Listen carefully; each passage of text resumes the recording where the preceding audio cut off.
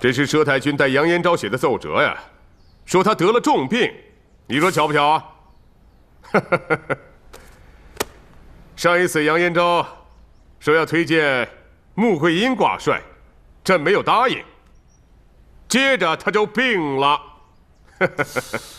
朕已宣百官上殿，咱们听听他们的建议。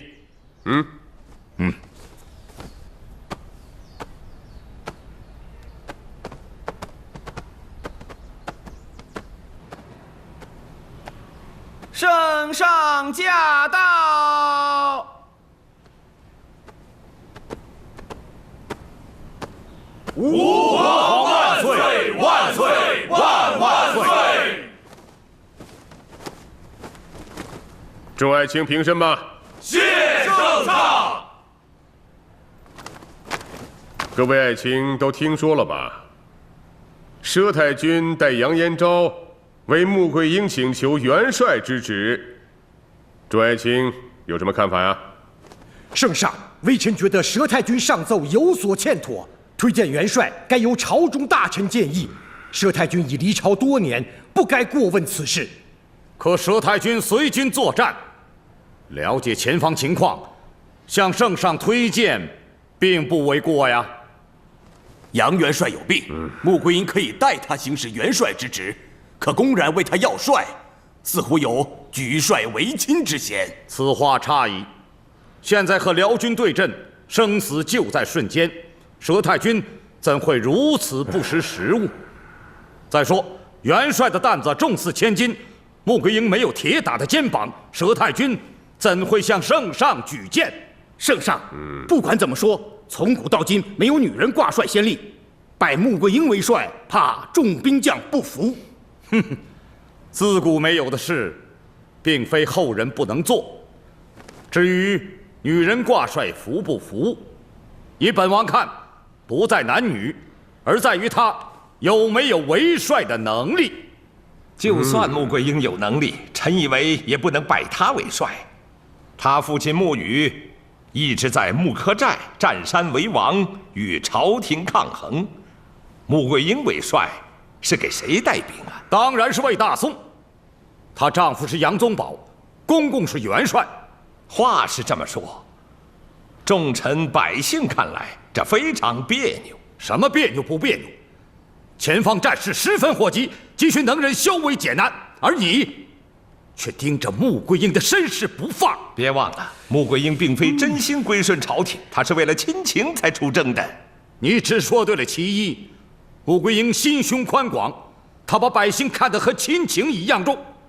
不管怎么说，拜穆桂英为帅，总让人觉得是从外边借的人带大宋的兵。那么按你的说法，宁愿丧地十城，也不让有能力的人率兵抵抗。何况穆桂英不是外人。圣上，穆桂英确实是个帅才，当今大宋无人能及。朕也听说过他曾经战败过杨宗保、佘太君和杨彦昭，但能不能与辽军大规模用兵布阵，还未得到验证。挂帅之事容日后再定吧。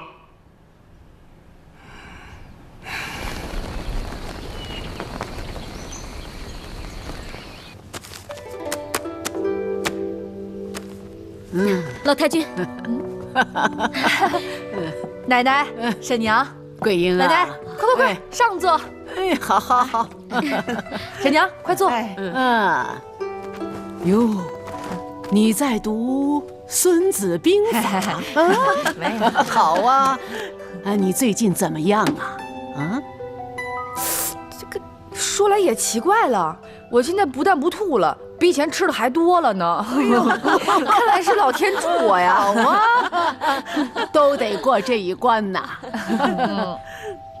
哎，我托人找到了萧天佐的情况啊！哎，不急不急啊！哎。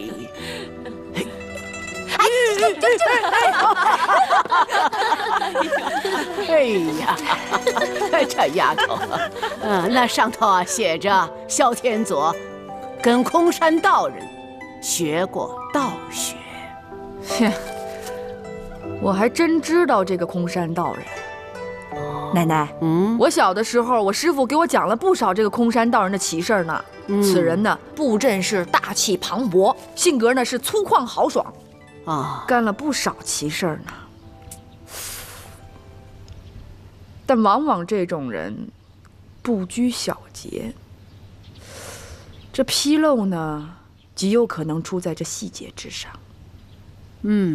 言之有理。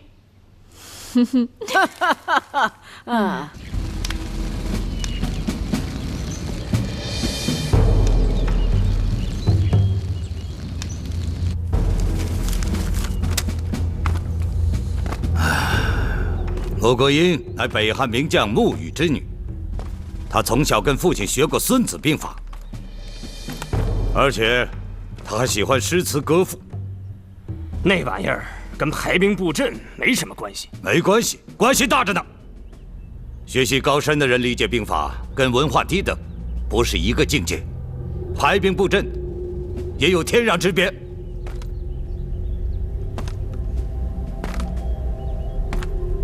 而且他懂得道家学理。王庆龙信上说，与他作战的时候，都觉得他的出兵出人意料。哈，一个女流之辈，和元帅您对阵，他的气势怎么能和您相比？嘿，本帅不这么认为。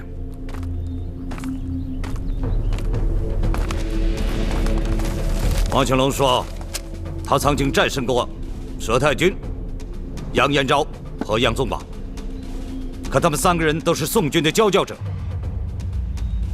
我萧天佐是战胜过杨延昭，可佘太君、杨延昭、杨宗保3个人联起来对付我要想取胜，可没那么容易了。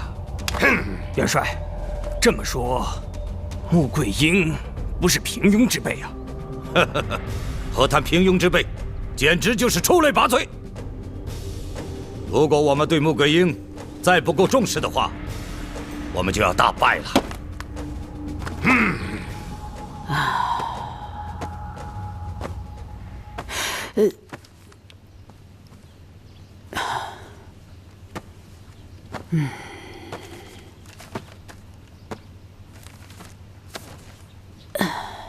推举穆桂英挂帅之奏本，圣上一直未批，这真是众臣的非议所致，使圣上犹豫不决。要不，儿再上本启奏？再奏也是无济于事啊。可是，名不正子言不顺呐。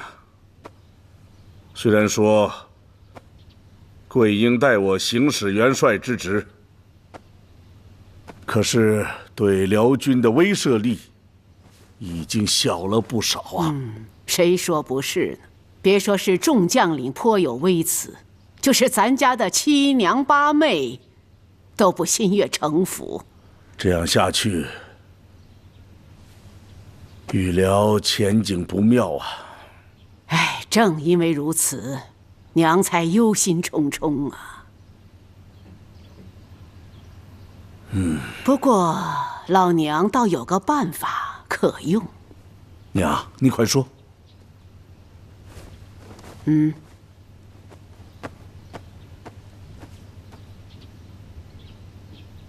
啊？最近我研究了萧天佐的特点和他的所学，发现此人有一特点：胆大而心细。来，你们看，这是我们宋军，这是萧天佐，他用的是变形的长蛇阵，厉害吧？厉害是厉害，但不是无懈可击的呀。我们从东侧。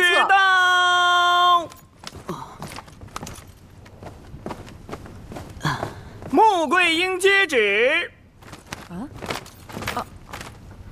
杨延昭重病在身，同意免去元帅之职，元帅由穆桂英接任，钦此。接旨吧。谢圣上。佘太君，报。拜见穆元帅。啊！别！您这样，孙喜我担待不起。穆元帅，你虽说是杨家之小辈，但是圣上命你为帅，杨家就应该对你俯首听命了。奶奶，我这是在军中，不要再用天波府的称呼。老身既然称你为元帅，你也应该称呼老身为佘赛花或佘太君。请吧。请穆元帅。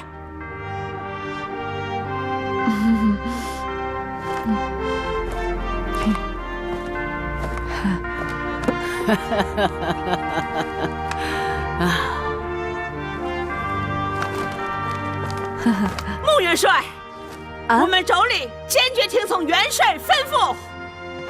是，穆元帅，穆元帅。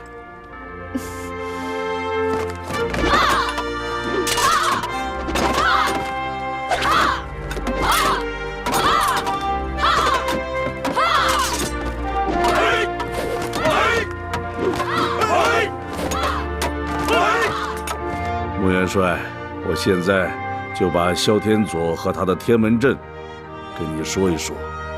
爹爹请讲。这萧天佐击败赵元帅又3次胜我，靠的是阵法。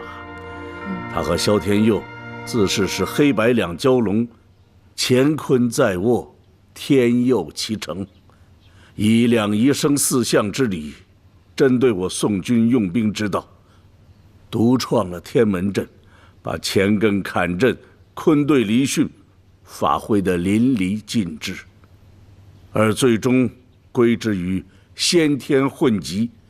这个天门阵高深诡异，神秘莫测，并将入其内如入迷津，只觉得杀机重重，危机四伏，故而没有取胜之理啊。你若与其对阵，切记要扬己之长，万万不可照搬兵书，循规蹈矩啊！儿媳知晓了。报！杨将军，王建军派副将前来问候。是那个姓潘的吧？正是。奶奶，这个家伙肯定不是什么好东西。哎，宗宝，爹爹，奶奶，当下这个时候啊，还是以粮草为重啊。言之有理。家中有隔夜粮，心中不发慌吗？好，那就让他前厅等候。是。来，奶奶。来，走。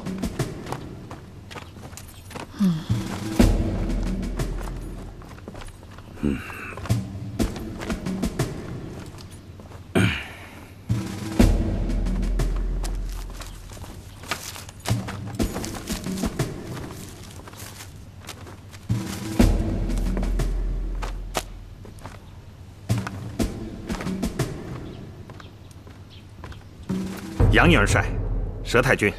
啊，将军请坐。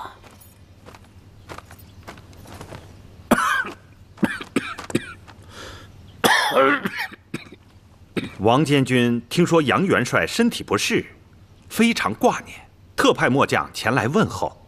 啊，与萧天佐之战，这臂膀受了些伤，虽说伤势不重，可是迟迟不见愈合。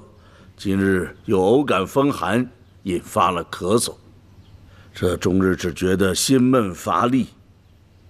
郎中说，风寒已侵入肺腑了。唉，杨元帅劳累加枪伤，需要静养。边关缺药，末将回去禀报王监军，如果能办到，末将一定把药送到。好。多谢王监军了，你回去跟他说，延昭感激之至。另外，我想知道，这粮草何时能运抵3关？王监军已率领运粮大队日夜兼程，可是天降大雨，道路泥泞，桥梁被毁，我们正连夜修筑，不久，军粮便会到达。好，回去跟王监军说，我杨延昭和太君非常感谢他。末将一定把话带到。告辞。好。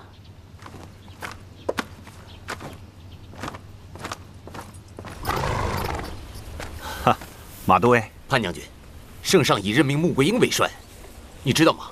什么？圣上已任命穆桂英为帅？将军不知道圣旨已下？啊，知道。不过，杨元帅刚刚中风啊。穆元帅是有些本事。的确名不虚传。可他再有本事，她也是个女人呐。况且还怀有身孕。怀有身孕？可不是嘛。他本想把孩子颠下来，可这孩子怎么颠也颠不下来。哎，将军，怀孕之时可千万得搁在肚子里呀。知道。哎，这是点牛肉干，聊补你无米之炊呀，简直是雪中送炭呐。谁让咱俩是老乡呢？谢谢将军。不可能，绝对不可能。圣上拜穆桂英为帅，必然公告于天下。本监军怎么没有接到任命他的通告？这么说，穆桂英挂帅有假？肯定。本监军在朝中几十年，连这点朝规都不懂，岂不成了白痴？那天波府也太胆大妄为了。这是佘太君的鬼主意。监军，如将此事禀报圣上，圣上必然会问罪佘太君。不可！本监军身为粮草押运官，这么做会引起圣上的猜忌呀。恩师，那您说怎么办？你马上再回汴梁，把此事告诉与我相好的诸臣。他们一旦知道此事，朝中便闹翻喽。遵命。等等，另外，把穆桂英怀孕的事也告诉他们，切不可渲染，轻描淡写，酒后茶余。你走之前呢，设法让你那个同乡知道，穆桂英挂帅是假。好，放心吧，监军大人。拜托了，潘大人。拜托了，潘大人。不，万万不可，万万不可。恩师，你我大业在此一举，潘将军重任在身呐。告辞。八仙王，老臣有一事请教。听说圣上已拜穆桂英为帅，您可知道？什么？你说什么？穆桂英已经行使元帅之职，可我们还不知晓。看来此事王爷也不知道。按常理，推举元帅应该是由众大臣商议推举。可是众大臣哪个也闻所未闻，此事有点蹊跷。圣上驾到！吾皇万岁万岁万万岁！众爱卿平身。谢圣上。刚才听诸位议论热烈啊，都在议论些什么呀？圣上，臣等听说穆桂英已挂帅的消息，不过臣等没有接到圣上的旨意，都觉得此事有点蹊跷。你说什么？穆桂英挂帅了？正是。启禀圣上，臣也听到了确切消息。圣上，微臣也是。不可能！这还没有颁旨呢，他穆桂英就是有10个脑袋，他也不敢自称元帅。可是微臣得到的消息千真万确呀。微臣也是，我们也有所耳闻。你们的消息来自哪里？这消息必定出于心怀叵测之人，意在扰乱我军。圣上，消息是否真实，只有派亲信速去前方打听确切。传旨，派专人查清楚。奴才遵命。圣上，臣以为为了前去了解，效果未必甚佳。圣上既然拜杨延昭为帅，让穆桂英辅助，就该疑人不用，用人不疑。此去派人探听，会让将帅感到圣上不甚信任，恐怕情绪会有所波动。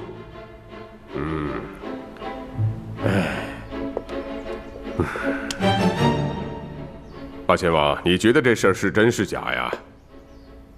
臣以为肯定是造谣惑众。假传圣旨，按大宋律当斩，无风不起浪啊！想必这些人说这些话也绝不是没有顾忌。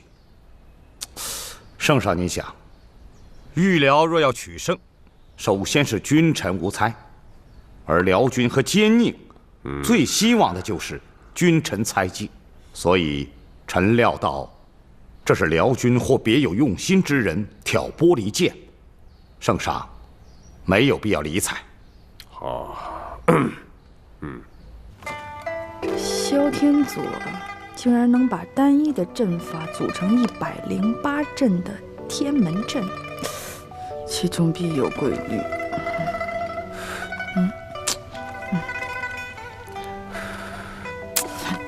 也别闹了啊！哎，你先别闹了，你别闹了，我正思考呢，别闹了啊！思考什么呢？这关键的问题是啊，单一的阵法怎么变成108阵？108阵是吧？你干什么呀？108阵！别闹了，别闹了啊！放下我，放下我，求你了！闹着喊，我不！别闹了，你都不怕伤着你孩子呀？我不！哎呀！自从你当了元帅，整天对我吆三喝四的，我这心里头觉得不得劲儿。谁对你吆三喝四了？听话啊！哎，来，坐下。哎呀，你干嘛？我证实，你是我的妻子。我证实，我是咱孩子的爹，心里才能平静。你傻你？你当然是孩子的爹啦！哎，好了，你让我看看孩子有没有长大。哎呀，让我听听孩子的声音。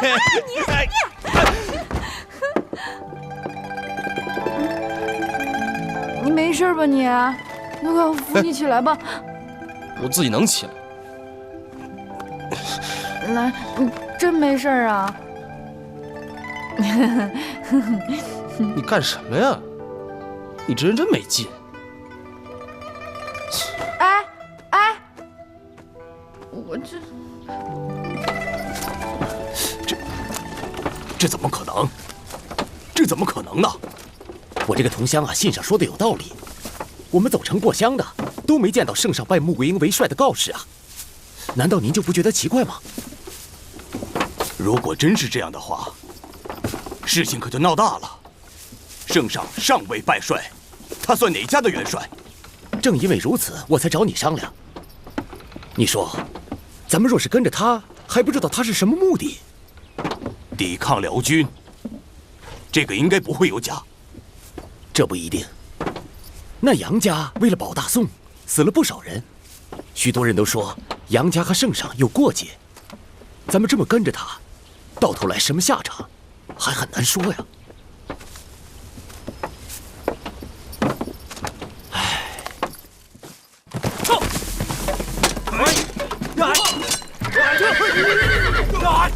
都走规范点儿！元帅，你看，我军现在士气正盛，我们何时进攻宋军？是啊，元帅，我军现在士气正旺，正是打败宋军的时候。本帅对穆桂英有一定的了解，实话告诉你们，我正想用兵试探，可现在情况有变。怎么？穆桂英为帅，你们听说了吗？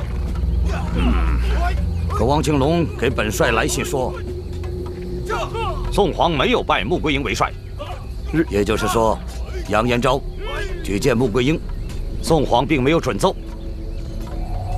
本帅以为这是佘赛花的计谋，有可能宋军将士不知内情，穆桂英本身也蒙在鼓里。佘太君的意图很明显，就是要稳定军心，让穆桂英与我们拼杀。他想得很周到，不错。之前的两军局势，他们是很被动，可现在情况有变，我们要沉得住气。元帅，这是为何？佘太君之所以这么做，就是要我们与他拼杀，我们不能让他达到这个目的。穆桂英私自挂帅，在朝廷里传得沸沸扬扬，宋军将士也有猜测，也有疑惑，连宋皇对杨家也有提防之心。如果我们现在进攻，正中佘太君之计，宋皇对杨家的提防之心也会打消。那元帅的意思是？我们再等等，等宋皇疑心更重，宋军将士乱作一团，我们再进攻，那样我们定能将他们全部歼灭。佘太君，坐下说。哦，佘太君啊，我虽对萧天佐不甚了解，但还是想与之交战。不知己知彼，一胜一负，乃兵法之计呀！啊，佘太君说的极是。可是桂英啊也想过，就靠这几日对萧天佐的了解，恐怕不够。更何况，我们剩的粮草已经不多了。老身已派人去催促了。据我所知呢，这拉粮草的兵马还在德州呢。这德州离此地还有数百里呢。所以啊，我想在交战中试探着了解对方。听口令，杀！杀！杀！杀！懒懒洋洋，练也白练。停！歇会儿吧。休息。八妹，你看这，我们还是禀告元帅吧。走。要是，元帅，娘，姑姑亲娘有何事？元帅，士兵操练士气不振，末将前去询问，可是他们支支吾吾，不肯回答。我向马都尉和于都尉询问过，他们也不说。可末将觉得他们有心事。对，二位请坐。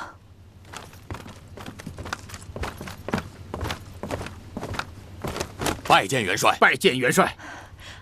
二位将军有何事？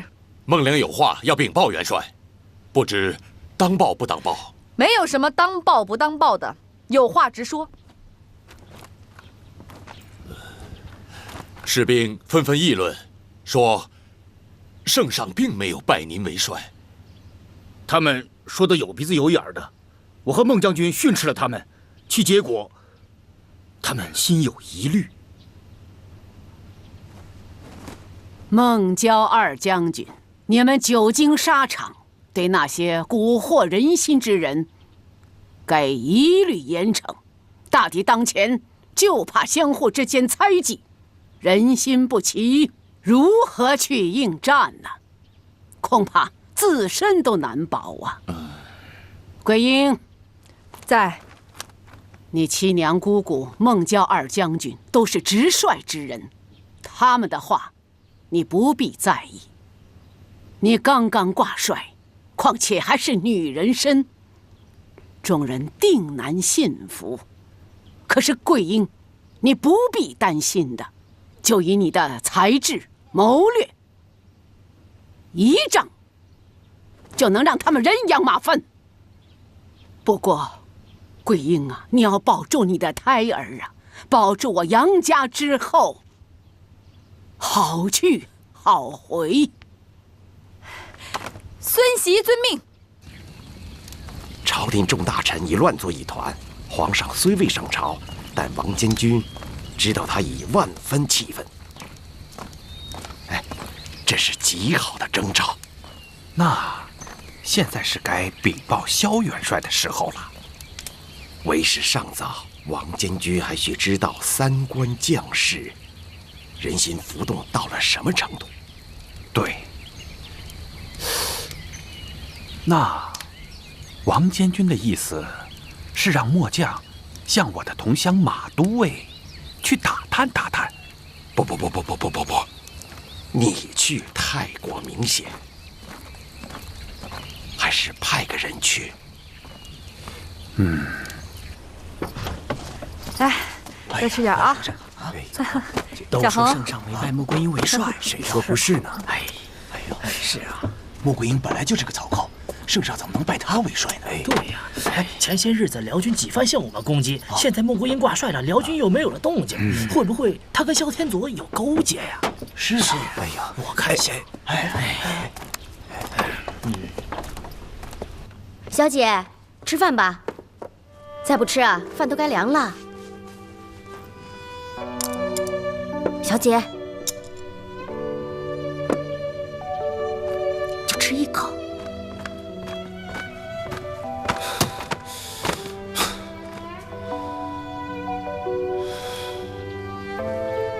怎么了？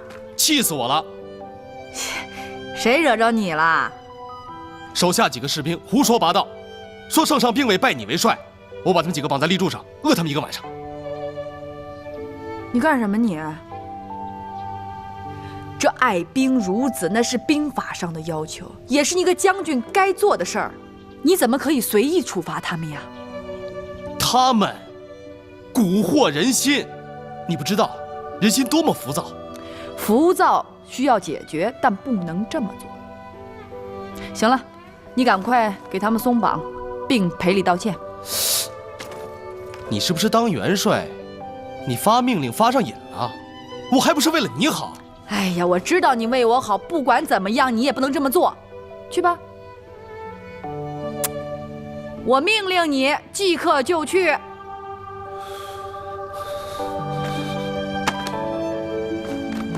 站住！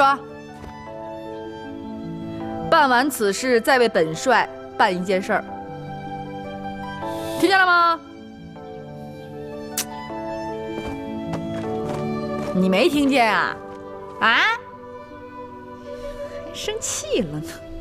一会儿把他们放了之后呢，去爹爹的屋子，把圣上拜帅的圣旨给我拿过来，不可告诉别人哦。我去了。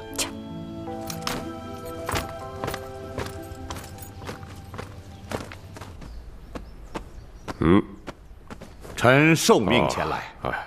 皇兄，请坐吧。朕了解到了，穆桂英挂帅确有此事，可是朕终于明白了，这是佘太君的意思。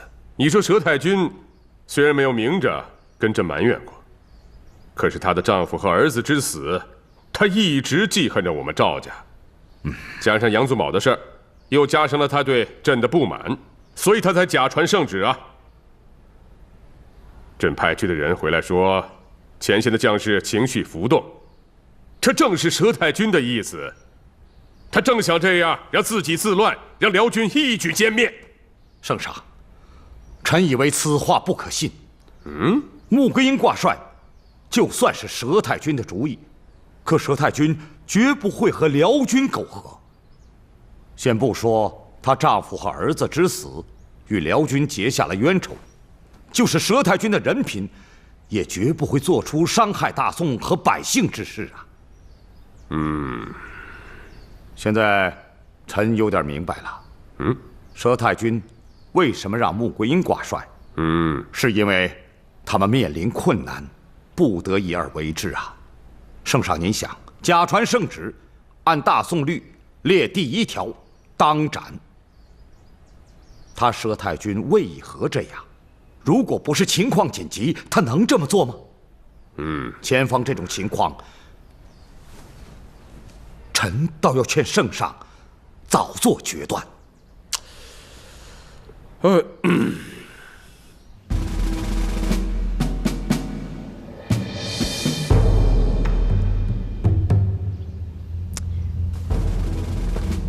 桂英，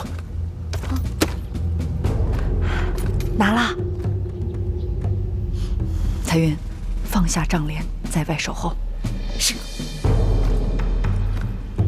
快！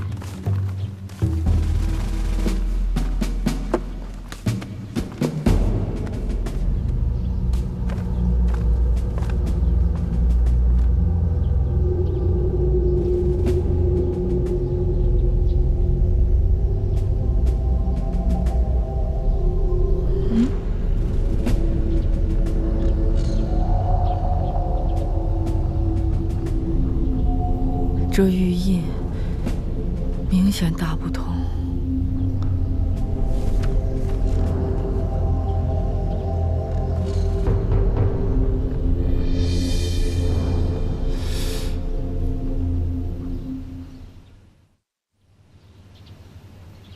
原来我以为桂英挂了帅，萧天佐会举兵来犯，没想到他竟然按兵不动。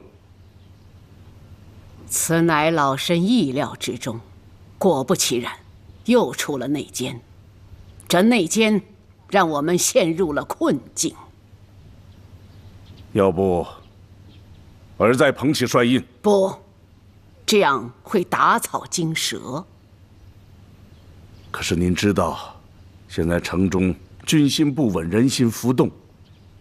若是此刻萧天佐率军来攻，我们很有可能失守啊。事情万般危急，可我们不能自乱呐。这样下去，局面更难控制啊。要不老身马上回朝面见圣上，陈明利害，催圣上早做决断。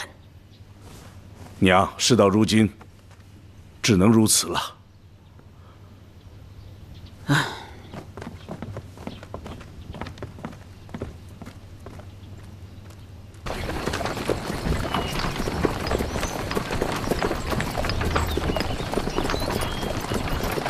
排风啊，在！路途遥远，你到前面各个兵站，通知他们速去准备粮草和马匹。你快去！追兵，叫！撤！议论来议论去，你们都不赞成让穆桂英挂帅，可又推荐不出合适的人选，你们这不是为难朕吗？报！启禀圣上，佘太君从三关赶来，正在殿外等候召见。佘太君，快宣！遵命。宣佘太君觐见。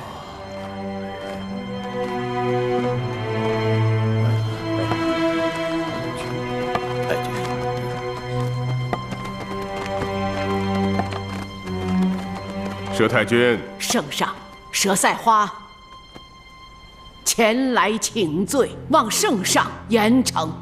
哎，免礼免礼。好，看座。谢圣上。朕知道太君在前方碰到了前所未有的困难呐。圣上圣明，杨延昭3次战败于萧天佐，用降龙木鼓舞士气，也不起作用。朕与文武百官正在商议元帅之事，老太君尽可畅言呐。啊，好。